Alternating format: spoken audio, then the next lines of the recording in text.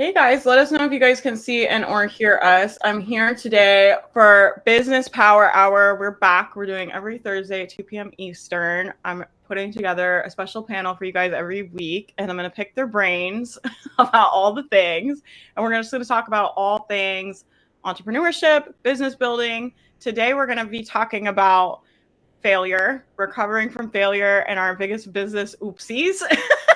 So hot topic today. I'll let Melanie, hopefully we can get your camera on. What the hell? Can you hear me? I can hear you, yeah, but I can't see you. So I think it says like, I wonder if you can like change your camera, like maybe it's picking up a different camera. Oh, yeah, we're doing it. We're all here. I'm so glad. Yay. I was like, oh no. All right, I'll let you guys introduce yourselves and we'll get into it. We're going to just be talking about all the things failure, all the business mistakes, and going to peek back the curtain and let you guys learn from some of our business oopsies and what we learned from them and advice for recovering. And I'll just say before we start, I think it's very normal to make mistakes, especially like when I started my business, I had never had a business and I had never been around anyone that owned a business. So I think for a lot of us, like it's pretty normal if you've never had a business, right? That you're going to make mistakes as you're building a business. So I'm really excited to talk to all of you guys about this topic today. I want you guys to go ahead and just introduce yourself. Some of you guys are around because you're like Faith Mariah, like my internet. Basically, this is a show where just like my internet friends come on. Let's be honest. But just go ahead and introduce yourselves in case some people don't know who you are. Allison, you want to go first? Yeah. I'm Allison from AllisonReeves.co, and I've been blogging since 2011, coaching since 2017, and so I have a long corporate background before going full-time, and I am a business consultant and a mindset coach. So like super grounded in the marketing side, but also have what's called a somatic healing certification. So it's kind of a deeper level of the woo-woo. Yeah, and there's a bunch of new people that just joined the mastermind because the doors are open this week. And Allison's doing a call in there every month with her somatic stuff, and people are loving it. So all of you guys that joined, you didn't know you were getting that, but you're getting that. You're welcome. Okay, Melanie, you want to go? Sure, of course. Hi, y'all. I'm Melanie Childers. I am a business coach for feminist and progressive entrepreneurs who want to grow and scale their businesses to multiple 6 and 7 figures without wearing themselves out or doing non-ethical sales stuff. We can talk about some of that. Sleazy little monsters, sleazy little internet marketing monsters. Right? Totally, 100%. And I hang out at melaniechilders.com is my website. I'm on Instagram, TikTok, Facebook, all the places you can find. Yeah, awesome. Folks, for the most part, yeah. And then what about you, Nisha? So my name is Nisha B. I am a life coach. I was an educator for about 30 years with a background in educational psychology and counseling psych and behavior support and inclusion and all those kinds of things. And then I decided to take early retirement and become a certified life coach. And so I use a combination of modalities, including ACT, to help women who struggle with anxiety and stress prevent burnout. Basically. That's awesome. I love that. Well, I wanted to talk about like business mistakes with you guys. I wonder if you'd be willing to share, like, is there anything when you look back? Like, I always like, well, there's lots of things, right? But I'm like, is there anything when you look back where you're like, I would not have done that like if I could do it again? And then I would also love to hear from you guys, like, how do you recover from those moments? And like, do you have advice for people when we have a moment where we're like, you kind of get to the other side and you're looking at it and you're like, yeah, I wouldn't remake that choice. Like if I were like to put myself back in the time, I would like do that different. Like, how do you advise people cope and handle and like process that when you're starting to realize like, oh, maybe you've made a bad financial investment, maybe it's a bad time investment, maybe it's a bad partnership, maybe it's a bad like marketing. Like some of my marketing, I think a lot of us have had this experience recently where it's like I look back on some of my old marketing and sales and I'm like, I wouldn't do that now. Like that is kind of sleazy, or that is like this person was doing it and everybody was doing it, but I sure as shit wouldn't do that now. And like having those moments where you have to kind of look at yourself and like be able to take ownership. I'd love to hear from you guys if you'd be willing to share if you've had a moment like that, and what would you advise people do when they're kind of processing through all of that? Well, there are some investments that I've made over the years that I have for a while that I've regretted, but then I always look back on them as learning experiences, right? Like when you talk about business practices that you've used in the past, those are great opportunities for us to think about ethics, right? And then it helps us to define us. And in the end, one of the things that I think is really important for us to do, whether we're in business or not, is to have our own definition of what success and failure are, because we don't want to be living by other people's definitions. And what I really loved, I have to say, I love the way you called this. I love the contrast in the topic, because you can hear the harshness in failure, but you can feel the lightheartedness in oopsies. And I think that just goes to show, right? Like that just goes to show the range of possibilities. Like we can think of failure as something really horrible, or we can think of it as an oopsie that we learn from. Yeah, I totally agree with that. I'll tell you, can I ask you something? Mm-hmm. I've been processing this a little bit, or I'll ask all of you guys. I've been processing this like lately, because I look back on some of the investments, especially investments I made like last year, where I was like paying for a lot of high-end masterminds, and I would not choose to rejoin those again if I look back. And like I think there's a lot of people that were in those groups with me, and they feel like they're like, but I learned so much and I got like these thoughts, and so it was all worth it. But there's part of my brain that wants to think like that was a bad investment. Like I'm not totally on board with being like, no, it was like all worth it, right? And so I'm just wondering, and I'm really wondering for myself and for other people too. Like I'm sure you guys maybe feel like that about a course you've bought, or like if you've bought something and you're kind of like, I don't think that was like, I don't think the marketing was in alignment. I don't think it was in alignment where I was. I don't think I got like really what I was wanting. Is it useful to acknowledge that in some way and be like, I think that was a bad investment? Or do you think it's like more useful to try to find like a way where you can get your brain on board with being like, no, I actually did get things out of it? Like, what do you guys, I'm just kind of hijacking the conversation, but I'm curious, Nisha, what you think, because I am like kind of going through that a little bit right now still. I think that in the moment, I think it's part of the process, right? So I think in the moment, you like I remember feeling horrified at some of the decisions that I made, and in that moment, they were probably terrible decisions. But I think the only way that we can end up making the most of them is, deciding how we would, like knowing that we would not do that again. That's information, right? So I think sometimes it's really easy to be caught up in the excitement of these kinds of programs that that promise results and then don't deliver. And like I know that I am much more cautious now about how I invest my money, and the programs that I invest my time in, because time is an investment too, and you can't get that back. So yeah, I mean, I think it is important to recognize that it was a bad decision, and then okay, it's a bad decision, where do I go from here with that information, right? Set boundaries. It's like I can see that. It definitely gave me clarity about who, if I were to work with someone again, like who I would want to work with. And it made me kind of like take a step back, right? And I think I actually ended up like trusting myself more too, because I like made that investment where I was like, I don't like think that was like a great use of money looking back on it. Like that's what I think about it, if I'm honest, right?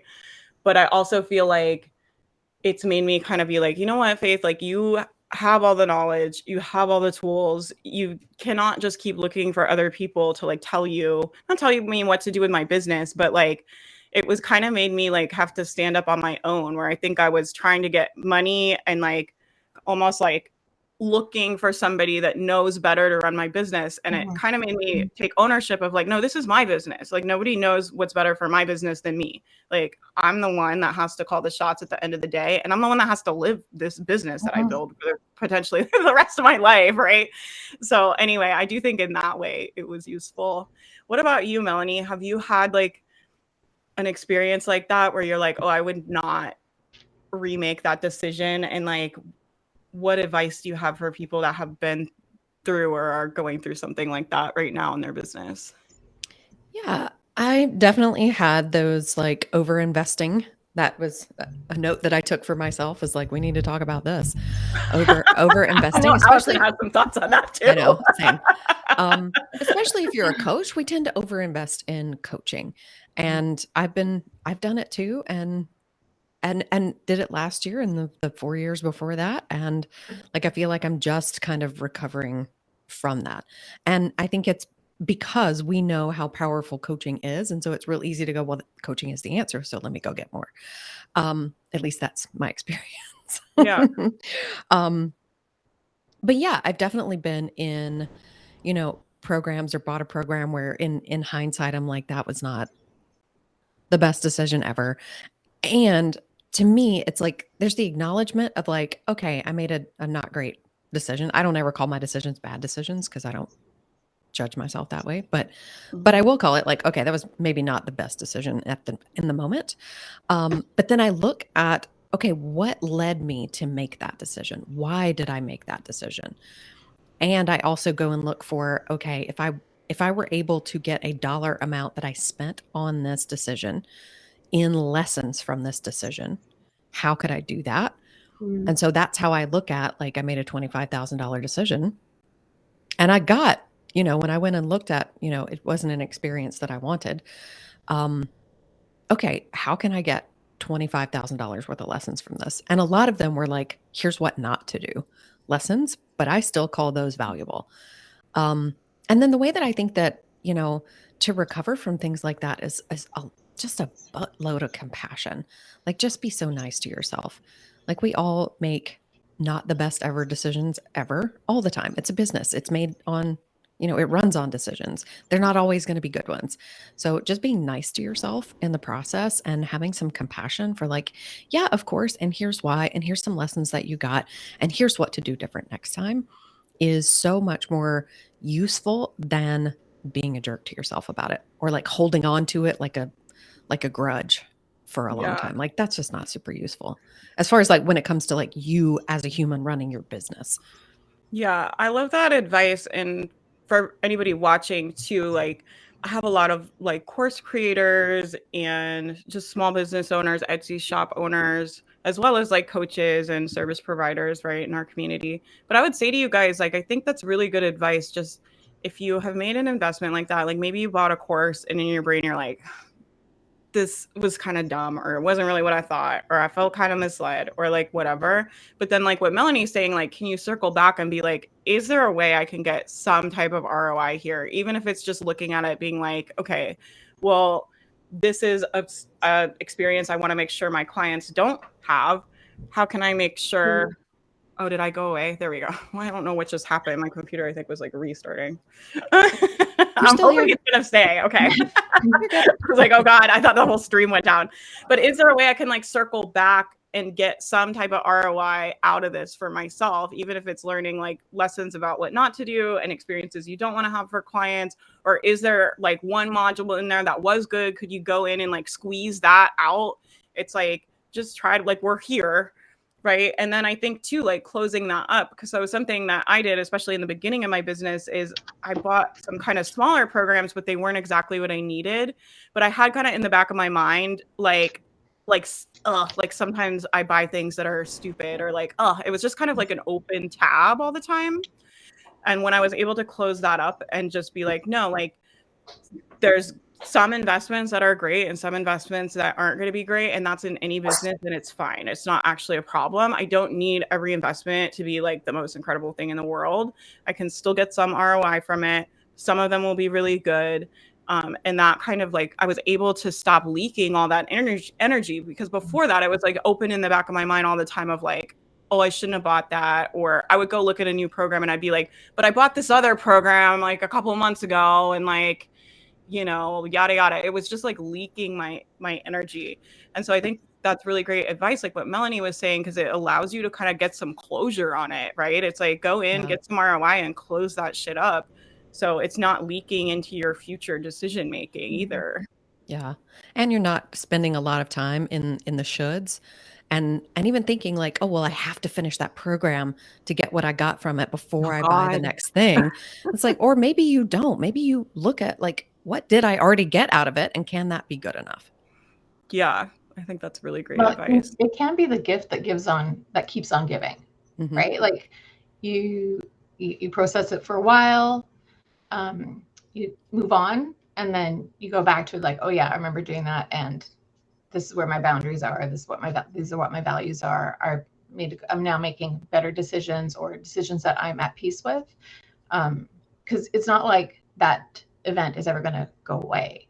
It's always going to be there, right? But it's always something we can look back on and learn from, I think.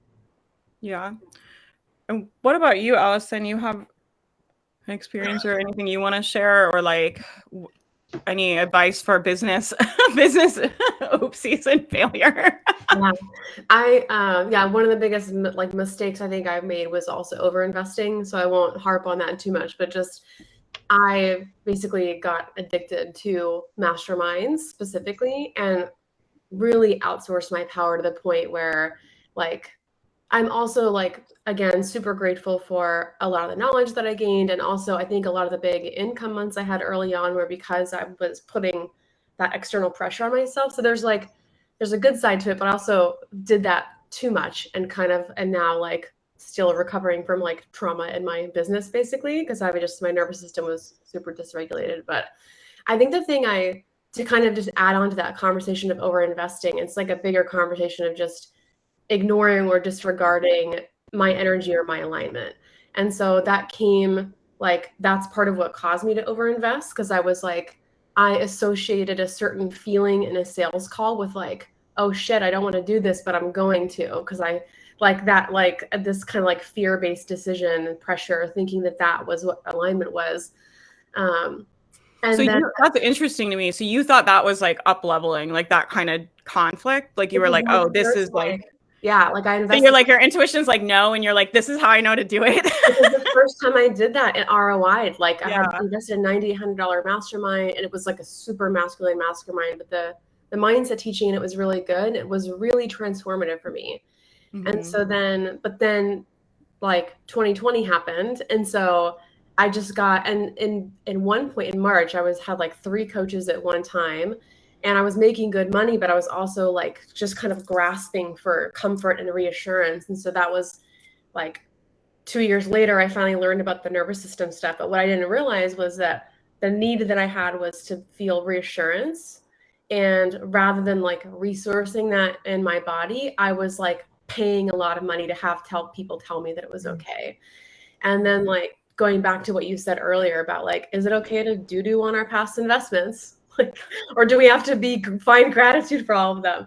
I think it's really important to like be honest about like, that did not feel good. This wasn't helpful. Like there's only 2 or 3 masterminds I bought where I like really like if I hadn't signed an NDA, I would write a blog post about how bad they were.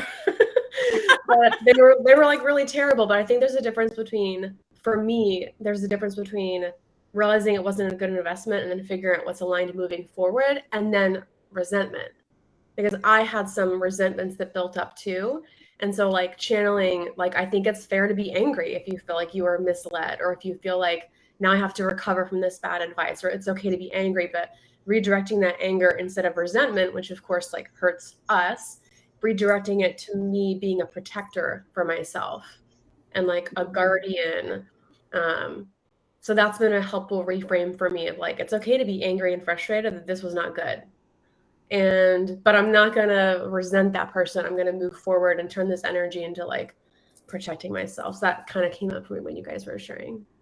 Yeah, I really love how you said that. I hadn't thought about it that way because I'm like a little bit cynical, right? I'm not like I'm always like, I'm good at the mindset coach because I have to be to like live with my like garbage, like brain I was given. And I'm like someone that is just like not always on board with being like, oh, I paid and I got $25,000 lessons. I'm like, that's not what I bought. Like, I didn't want to buy $25,000 of lessons, and it pisses me off. Like, that's how I feel about it.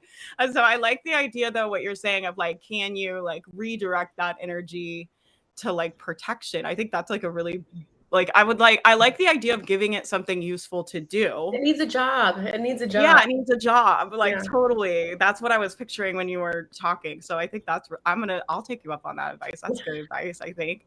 I'm curious, like you guys both brought up overspending and like this is like the question I get a lot is like, how do you know? And what happened for me too, I had a similar experience, I think, to what Allison had in some ways, where in the beginning of my business, I got ROI on everything I bought. Like it was crazy, right? And so because I was so used to investing in $1,000 courses and $2,000 courses and getting that money back and then that multiplied and like, it all was like good. It was very easy for me to make the leap when we started doing more sales of like, oh, you should just invest more and buy these more expensive programs and you get more ROI. It was like a super easy leap for me to make. But I think it's interesting because I think too, there's kind of like a limit, right? So you kind of will find something that works. And then sometimes I think it's very natural for us to like err on the other side, right? Where I was like, oh, I found like buying programs and hiring coaches works for me. Let me do more of that, right? And it ROI'd. I think Allison, you said this to me on a call. You're like, it worked until it didn't. Yeah, it worked like, oh, this worked, it worked, and that didn't work. Maybe the next one will work, and that didn't work. But now we're like, those were both really expensive, and now we're in the hole. And so, like, you can invest past the point of being financially safe, and you can invest past the point of being safe in your body. And so, like, you have to know what that feels like. Yeah. So that's what I was going to ask is like, how do you know, like, when we talk about overspending, it's like, how do you know if you're overspending or you're just making like good investments? Because I've made some investments in my business that were great, but at the time they felt a little barfy to me, like, right. And I've made investments that felt really great when I bought them and ended up being kind of laughable, I think. Yeah. I don't know how to say that nicely. Whatever. But what advice do you guys have for like figuring out how do you figure out like what works and what doesn't, and how do you know if you're overspending or not just investing? Like I feel like that's such a hard line for people to walk. I'd be curious if you guys have any thoughts on that. Did you know that Uber just had its first profitable quarter ever? I love that. I heard that story, and on one hand, I was like, "Oh, that's kind of encouraging that like this huge company has been around for so long, and they just literally reported their first profitable quarter ever." But then there was another part of me that was like, "But they could do that."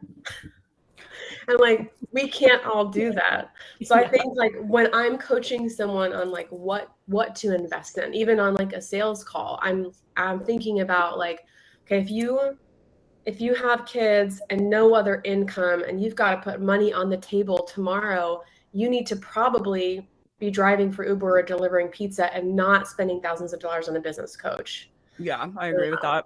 Yeah, but then I'm really curious because I think for me, I'm still figuring out like, well, I know for me, like I know what my capability is now. But yeah, I'm curious to hear other people's answers on like, how do you know like I worked with a financial advisor and I just spend a percentage of profit on coaching. So I literally we looked at the numbers and based on, I made a financial business decision. I just was like, this is about our profitability, not sales revenue. You guys, Melanie and I were just in a group earlier talking about this where I was like, 100K in sales does not mean your business is profitable, and it doesn't even mean you're paying yourself. What about for new people, Faith? New people who are making any money yet. How do they decide what to invest? Yeah, I think what you're saying, though, I think you've got to be able to decide. You have to be able to decide, I think, the level of the nervous system stuff you talk about, right? How much can I emotionally withstand to risk? But I think you have to understand, especially in the beginning, I've been using this example a lot because Matt and I just bought an investment property that's going to be a short-term vacation rental property. We're putting the money into the house. I'm not expecting that to be a profitable investment right away, right? We had to put $100,000 to buy the house, right? It's not like I'm expecting next month for that money to come back. That was money we had. It was money that we had and we could afford to put it in the house for the foreseeable future, right? We probably won't get that chunk out until we sell it, right? And so it's like, do you have access to money that you can afford to go sit in an investment that you might not be able to get paid out from right away?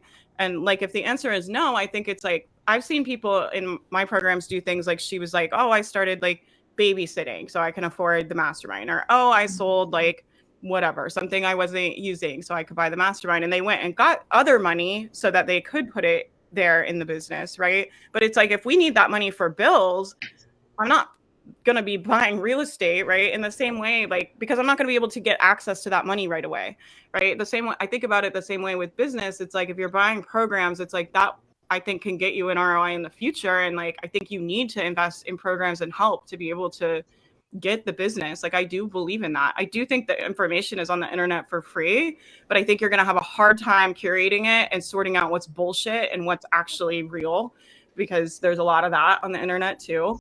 Like, I think that those kinds of investments in like learning the skills you need in marketing and sales, and being really great at getting results for whatever you're doing, developing great products, like, I think all of that is worth investing into. But it's like, if we need that money for dinner, like, don't spend that on the programs, right? It's like if Matt and I hadn't had money for the house, like, to invest, we wouldn't have bought the house. We had money that needed to go somewhere, or that we could afford to put somewhere for a while, right? And so that's kind of how I think about it. I don't know if that makes sense to people, but don't ever put yourself in financial risk. Like, that's always my advice, is like, no one is looking out for anybody here. Like, people, they will let people rot on the street here, and that's the truth, right? And it's like, you have to look out for number one. So don't ever put yourself in financial risk in like chasing some opportunity, because it could return, but it could also take a lot longer than you think.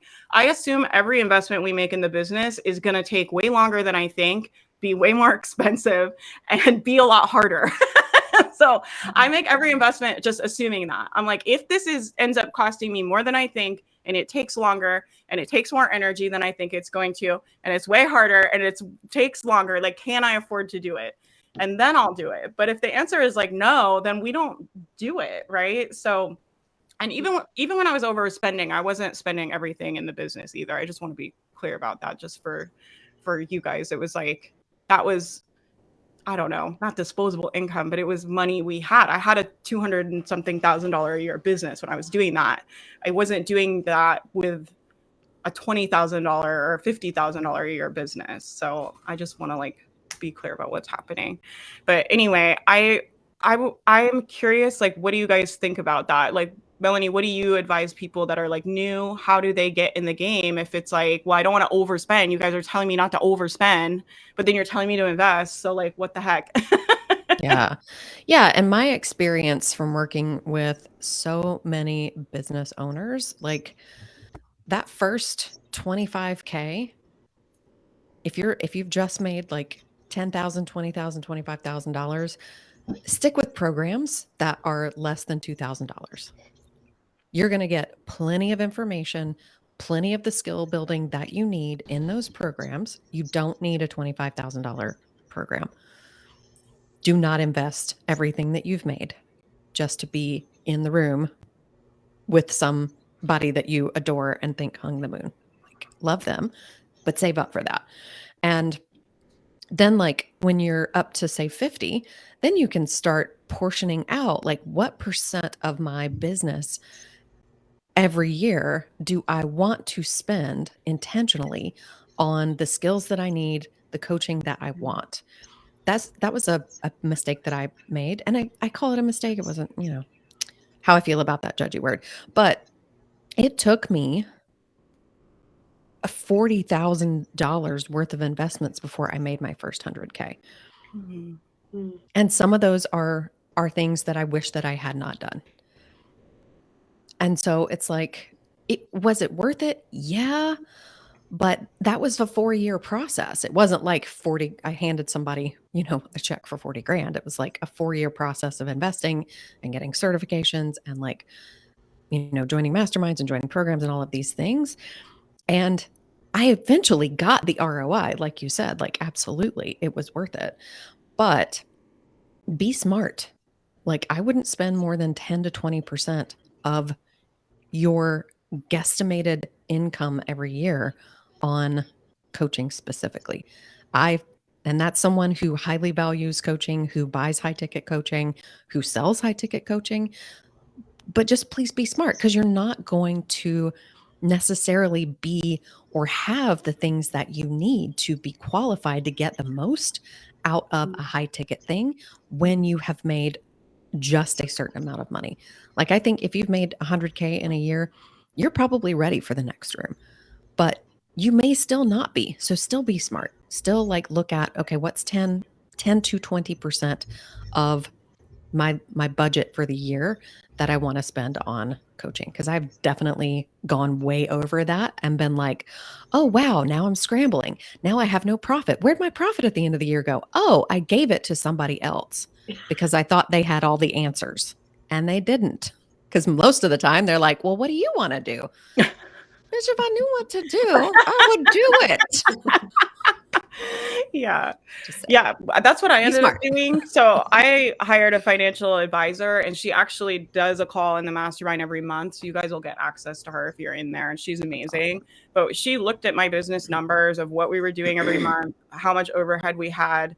And we just made a decision based on math about like what percentage of the profit do you want to reinvest in coaching, right? And I basically gave myself a budget, and that's felt way better to me, because before it was just like I was making more and more and more money all the time, and it was just going right out. None of it went into my bank account.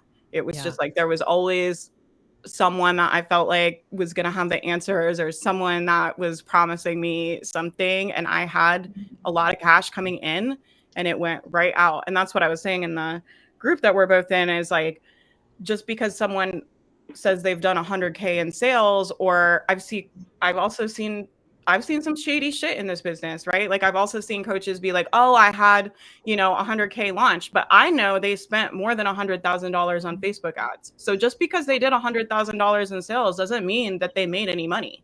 Yeah. True. And then they'll run all over the internet and be like, oh, I had $100,000 launch. I'll teach you how to do 100. I'll teach you my 10K month. But that they're most of the time, I think this is getting less so, but most of the time that's only sales numbers. That doesn't include any expenses. So it doesn't tell you, if somebody's just telling you their sales numbers, to me, that's a red flag. As a business coach, that tells me nothing. Like, I'm like, I don't know the health of your business. I don't know if you're profitable. I don't know like anything about if your business is successful or not, based on like, oh, I did $100,000 in sales, because that number is not a good indicator of how a business is doing overall. And I didn't realize that when I started, right? And so I thought, I was like, oh, all these people are making all this money. And then when I started freelancing and seeing behind the scenes of some of these businesses, I was very surprised at like how little profit they were actually making. And so just have your eyes open with stuff like that.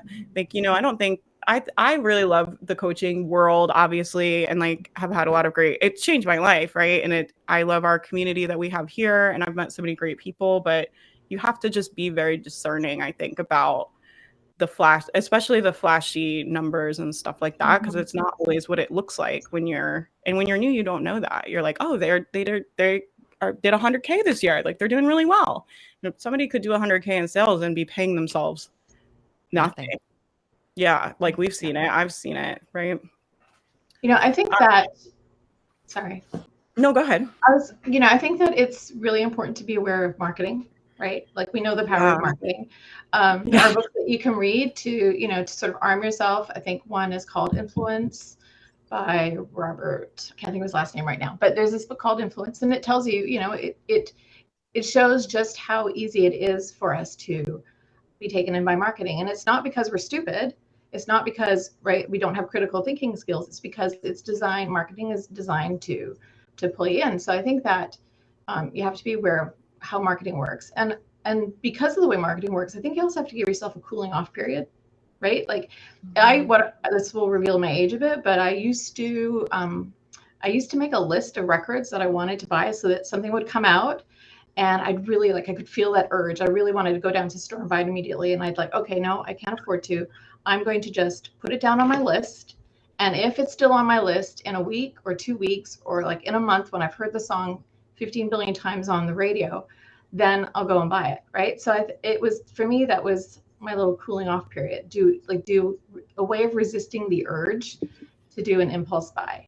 And I think the other thing that helps is being really aware of your values, and not just in your head, an abstract way of knowing what your values are. It's actually concretely thinking about what's important to you, examining it closely. I know that my values are caring for, the number one thing is caring for my family. And so anything that might get in the way of my caring for my family, I don't take a chance. And it's only because I've really gone through thinking about the impact that the things that I do have on my family, right? And so if anything I do is likely to cause me a lot of overwhelming stress or anxiety, or any of the things that I know turn me into somebody you don't want to be living with, I just don't go for it. I just don't go down that path, because an unhappy Nisha is not a good mom. Right. Yeah. And so that's what it comes down to for me. I did a lot of values work in the last few years, and that's what kept coming up. But I really had to sit down and think about it. And then now when I set goals for myself, I always have my values in mind. What are the pros? What are the cons? How would this impact my family? How would this impact my health? Right. I'm 55. And so I'm thinking a lot more about, I want to be around for a long time for my kids. This isn't just about business. This is also about family, right? The decisions that I make always have an impact on my family, and I don't want to regret those kinds of decisions, right? So there's some things that you can process or learn from, and it has no impact on anybody else.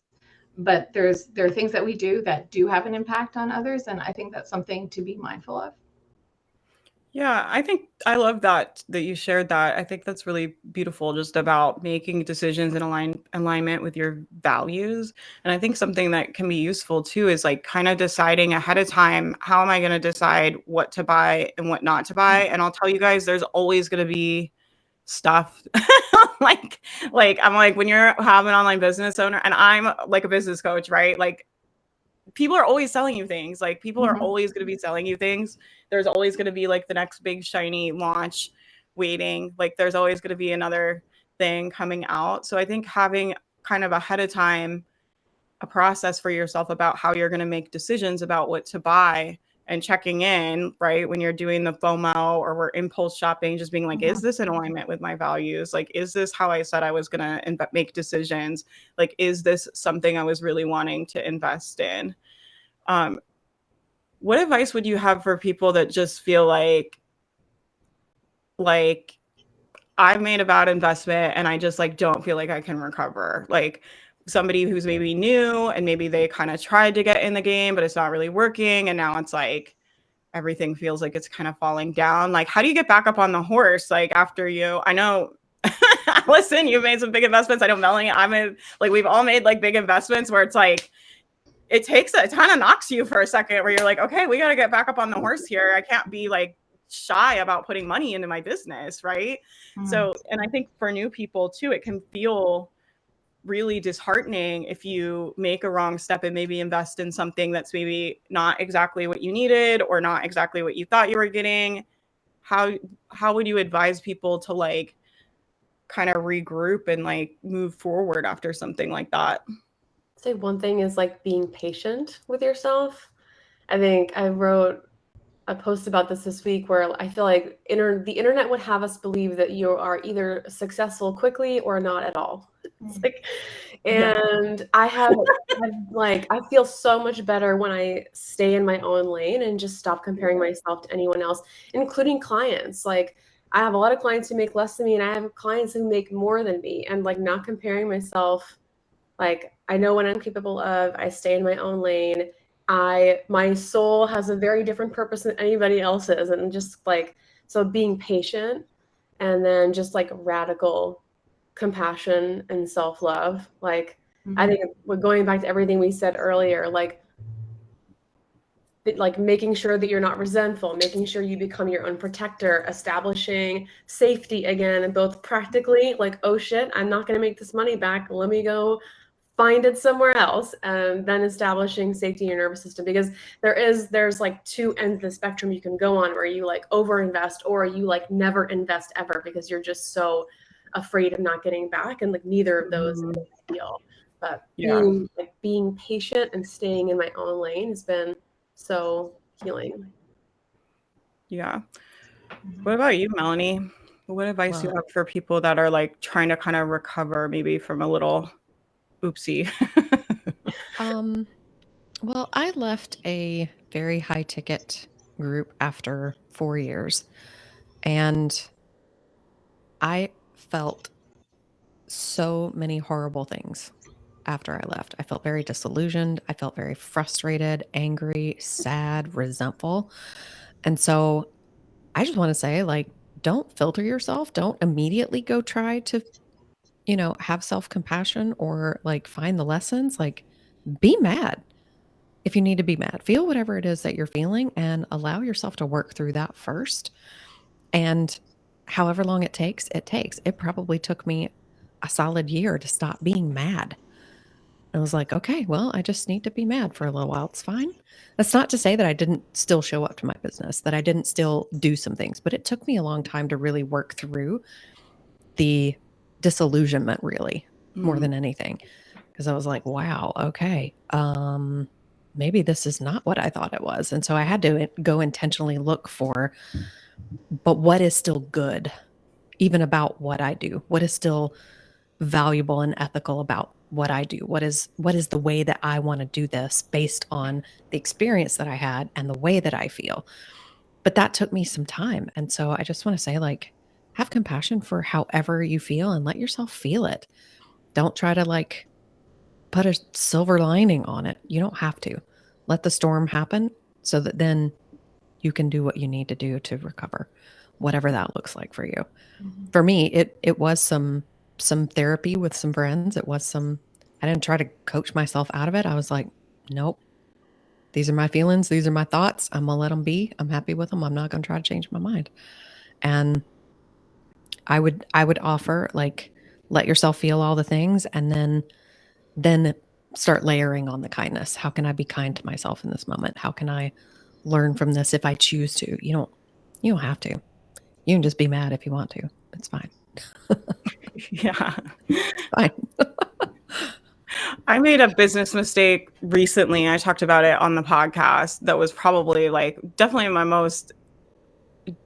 of my most embarrassing mistakes I've made publicly in a long time, where we started a summit on Juneteenth. And I got a message from a woman of color saying like, hey, like, I'm just really nice too. Just saying like, oh, I'm disappointed. And I just felt, I'm not saying like, oh, poor me. Like, I said that in the podcast, like I would not have made that decision again. And it was a mistake. And I'm not in any way like being like, no, I 100% should not have done it that way. And I wouldn't redo that again. But something I think that comes up for people, one of the hardest things for me as far as making mistakes is like when you hurt other people. And like, I wonder if you guys have any advice about that, about like, if you have sold anything maybe that and like misled people by accident, or if you've ever done something like that, that was just inconsiderate to the women of color in my community. Like, God, and how do you recover from mistakes like that and reckon with like, sometimes we can end up hurting people, like even when you don't mean to, right? When you're a business owner and you're a leader and you have clients and you're selling things and people are giving you money, I think that can be really scary for women, especially like, what if my stuff's not that good? Or what if, I say something and it offends someone, or I hurt someone and I don't mean to? Or what if I make a mistake? Like, have you guys had anything like that ever happen in your business where you've hurt someone else on accident? Those are the worst. Those are my biggest regrets in the business, are always like where clients have ended up getting hurt in some way by something I've done. Yeah, for sure. Well, so I loved your example because, as a woman of color, I do get hurt by other people's business decisions sometimes. And so what I usually ask of people is to not be defensive. I know it's a natural instinct to want to defend yourself, to want to affirm that you're a good person and that you would never ever hurt anybody. But the reality is that you have hurt somebody in cases like that, right? So I always ask people to not get defensive, to be humble, to be willing to learn. And then on my side, I try to recognize that people are on a journey. It's a cliche, but it's also true, right? People on a journey, they're always learning. And so if you can see that they're learning and that they want to do better, then that's just going to land so much better, right? And so if that's the way that you handled it, Faith, then that's great, because the last thing you want to do is when you're hurt is to go and talk to somebody about you don't want them to end up making it about themselves instead of repairing the hurt, right? So I think that's what we do as business owners as well, is when we make a mistake, when we screw up, we have to admit to it, grow, become more aware, figure out what we can do to repair or to alleviate the harm, and then do better. And I think that people just end up respecting you more for it, right? Yeah, I think my experience with that too is like my brain totally did what you were saying, where it was like, no, like we were gonna post about it, and like and then I was just like, I just like stopped, and I was just like, what if I'm just wrong? Like I was just like let's just like think about this for a minute. And I just went to a place where I was like, what if she is just completely right and I'm just completely wrong? Like, how could that be true? And then I was like, I totally see what she's saying. Like, it does look like that, and it is fucked up. And we ended up like pushing everything back a day, and it actually ended up being better, I think, for everybody. It was like embarrassing for me because I publicly had to be like, this was a mistake I made, and we should not have done this, and this is what we're going to do to fix it. And that doesn't feel great at all.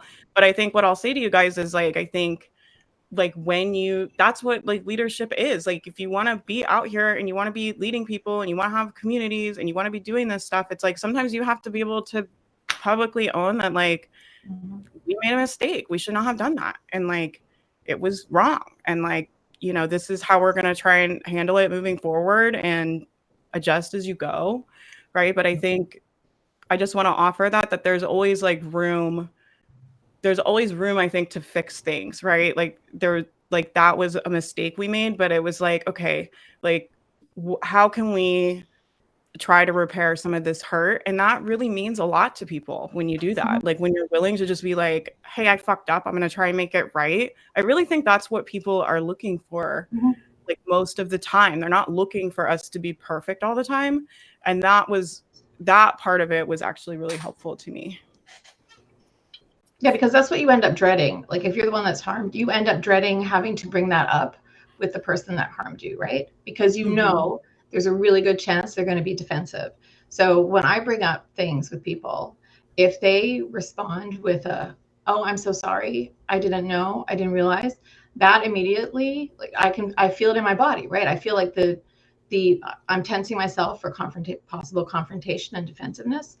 And when they're able to own it and apologize and then say, this is how I'm going to change things, like the response that I feel is, I end up having a lot of respect for them and wanting to, continue the relationship. I feel like we could have a whole series that just is broken down by different types of mistakes, because I feel like we could do this one for the whole time. I hired an inclusivity consultant at one point, and because somebody wrote on Instagram, if all of your coaching clients look like you, like there might be something off there, unless it's intentional. Like obviously, like I have a client who coaches people like her for a very specific reason, but especially for a white person, like if all your clients look like you might want to think about what's going on there. And at the time I was like really heavily prospecting, and I realized that I was only prospecting people who look like me because I was making assumptions about people's ability to invest. Our host has left the building. Faith, we lost your video. I'm sure she'll come back. But She'll be back. that was really eye-opening, and then just had to make the change. Like, luckily, it wasn't the thing I had to publicly apologize for. But I also think I made a lot of mistakes, and especially early on, in how I marketed. I'm not sure the way that I've like made it right was just changing, not putting pressure on people, trying to be authentic to what feels good to me. But that's another mistake that I'm not sure like if it requires the same kind of apology as the other things we're talking about. But well, we all get to evolve, right? Yeah. We all get to change. We get, and that's why I think that humility is so important, right? On both sides for everybody, right? Because if we spend all our time in defensiveness and confrontation and accusations, that's not much of a life to lead, right? So, and if we're always trying to protect our self-concept, that's what I find is the biggest thing. A lot of the time if you say something if you point out something that they might have been doing wrong, and then it's potentially attacking, their concept of themselves. And we all go around thinking of ourselves as good people. And, most of us are, but being a good person, I think also includes the ability to be humble and the ability to evolve. So, yeah, I've definitely made those mistakes where I accidentally hurt a client, and like I applauded their bravery for bringing it up to me and thanked them profusely for bringing it up to me. And then it's like, yeah, you take ownership of what happened, you apologize, and you ask, how do I repair? What would reparation look like to you? Do you want to? Sometimes they don't want to, they just need you to know. And then they're like, yeah, you can have a real honest and vulnerable and difficult conversation. But I think, for me, like I also had to work through my defensiveness first before I could even respond, because I don't want to show up to that, because I'm thinking ahead of like, how do I want this person to feel when I respond? And it's not from defensiveness. It's like, how would I want to be treated? So let me show up that way. And repair is really important to me as well, because I've had so many experiences where it was like, nope, you're cut off. Nope, you're out. And it's like, okay, I guess me saying a thing just burned a bridge, even though that was not what I wanted, but okay. And it's a really unpleasant experience. And so like coming from that perspective of like, how can I make this right? How can I take ownership? How can I continue to evolve and do better? That is always what I think feels like the right thing to me in my experience too. Yeah. Well, I mean, we never know what's going on for the other person, right? So sometimes if they've set boundaries around what they're willing to accept, and, they're protecting themselves a lot of the time, right? But sometimes they're not. It can be, it can be something else as well. But sometimes it's just people protecting themselves. And maybe it's better for us to also be thinking that way. They're just protecting themselves, and I shouldn't take it personally. Right. Yeah. I think that's really important. Even when it is personal, when it's like you did a thing, it's like, and yes, and I can take ownership of that. Yeah. And I can say, I'm sorry. And I cannot make that wound how I think of myself, I don't necessarily have to stab myself for it. Or lay down in traffic. And also owning your part, because I'm thinking as you guys are talking, like I had client situations where I made them unhappy, and it was like, okay, we need to fix this, apologize, take ownership. And I've had at least one that came to mind now where the client I felt like wasn't really in integrity with the complaint that they were sharing. And I did end up like releasing them because obviously we couldn't work together after some of the things that she said to me. But when I went back and looked through our communication, I did feel like I was in integrity. And so just because a client is unhappy, Faith just commented in the chat, my internet went down. I don't know if I'll be able to get back on. But just because a client is unhappy, like we can take radical responsibility and clean up our side of the street and let us own our part and not the other person's part. Yep. You guys want to share our lead magnets? And then I don't know if we can end this because we're not the hosts. We'll just abandon it and then we'll let Faith figure that part out. Let Faith figure it out. Okay, so well, I'm offering a self-assessment. So it's called, Are You Doing What You Need to Do to Prevent Burnout? And it's meant to help folks take a step towards learning how to deal with their difficult thoughts and feelings so they can achieve their goals without burning out, hopefully without burning out. And I've included a chart there that clarifies some of the similarities and differences between stress, anxiety, and burnout, because I find that we tend to use those words interchangeably a lot of the time without necessarily knowing exactly what they mean. And then I guess I'll say where I can be found, nishabcoaching.com. I am currently rebranding and relaunching my website, but I do have a coming soon page with my Calendly link available there. So yeah, that's me. Well, I can go next. Yeah, Easiest way to find me is just AllisonReeves.co.